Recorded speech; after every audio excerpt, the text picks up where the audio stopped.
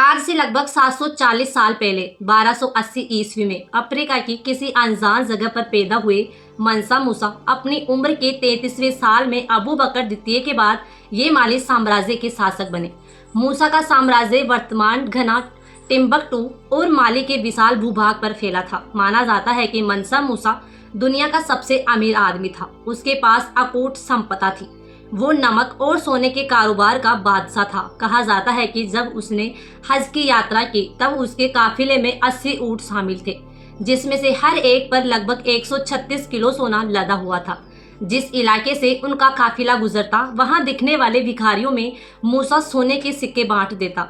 अपने से पहले शासक अबू बकर द्वितीय की मौत के बाद 1312 में मनसा मूसा माली साम्राज्य का शासक बना। ये वो समय था जब यूरोपीय देश संसाधनों की कमी के कारण गृह युद्ध की चपेट में था।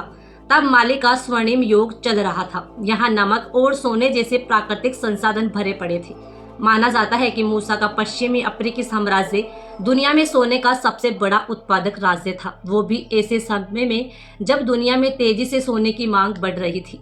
अनुमान के मुताबिक एक साल में मालियन साम्राज्य में लगभग 1000 किलो सोने का उत्पादन किया था।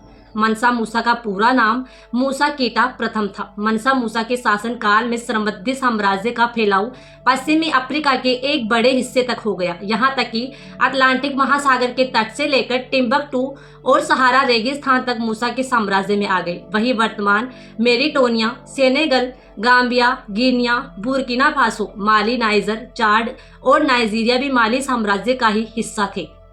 क्षेत्र बढ़ा तो व्यापार में भी प्रगति हुई। इससे वहां के लोगों के जीवन का स्तर भी सुधरा और उनकी आर्थिक स्थिति भी बेहतर हुई। मूसा की सेना में 2 लाख सैनिक शामिल थे। इसमें से केवल 40,000 तीरंदाज थे। इतनी बड़ी संख्या में सेना रखना आज के बड़े बड़े देशों के भी बस की बात नहीं है। 1324 ईस्वी तक विश्व मूसा की बढ़ती संपत्ति के बारे में नहीं जानता था।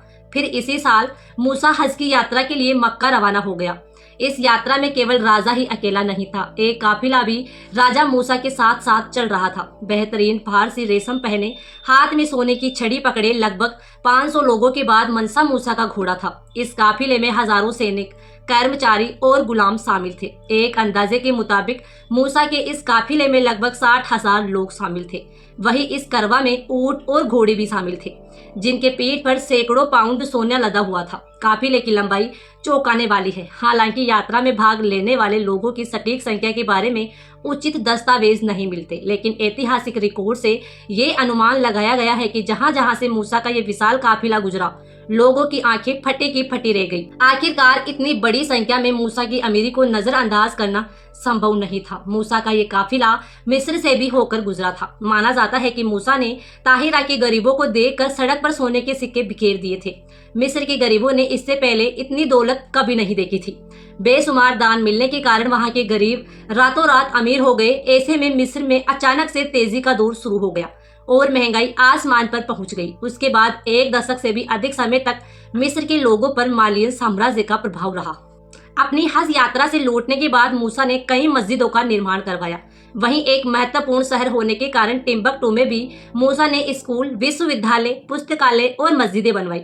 मक्का की यात्रा के बाद अफ्रीका के बाहर भी मूसा का नाम फैला। इस समय दुनिया के बाकी देशों को भी मूसा की रहीसी का पता चल चुका था। वही मूसा की रहीसी के किस्से यूरोप तक फैलने लग गए। यूरोपीय लोगों को तब तक मूसा की अमीरी पर भरोसा नहीं हुआ जब तक उन्होंने अपनी आंखों से उन्हें देख नहीं लिया। अरबपति मूसा को देखकर यूरोपियन भी चौंक गए। अपनी मौत तक मूसा के हज यात्रा वाले विशाल काफिले के किस्से लोगों की जबान पर चढ़े रहे। माना जाता है कि 1337 ईस्वी के आसपास मूसा की मौत हुई। इन्हीं किस्सों ने मूसा को ऐतिहासिक एटलस में अमर कर दिया। सन 1375 में केटलन भाषा में यूरोपियन नेविगेटरों द्वारा बनाए गए केटलन एटलस में मनसा मूसा का जिक्र किया गया। स्पेनिश कार्टोग्राफर अब्राहम क्रेस्कस द्वारा बनाए गए इस एटलस में सोने का सिक्का और राजदंड पकड़े, ताज पहने, सोने के सिंहासन पर बैठे मूसा को चित्रित किया गया। केटलिन एटलस महत्वपूर्ण मानचित्र है जिसमें उस समय की जगहों को दर्शाया गया है जहां जहां यूरोपियन लोग गए थे। ऐतिहासिक दस्तावेजों से पता चलता है कि मनसा मूसा के पास बेशुमार दौलत थी। अगर उनकी दौलत को आज के हिसाब से रुपयों में अगर देखा जाए तो ये रकम लगभग 29 लाख करोड़ रुपए बनती है। ऐसे में अंदाजा लगाया जा सकता है कि मनसा मूसा के पास उस दौर में कितनी संपत्ति रही होगी। दोस्तों इसी तरह की इंटरेस्टिंग और इन्फॉर्मेटिव वीडियो देखने के लिए हमारे चैनल विकी फैक्ट को आज ही सब्सक्राइब करें और बेल आइकन को दबाना ना भूलें।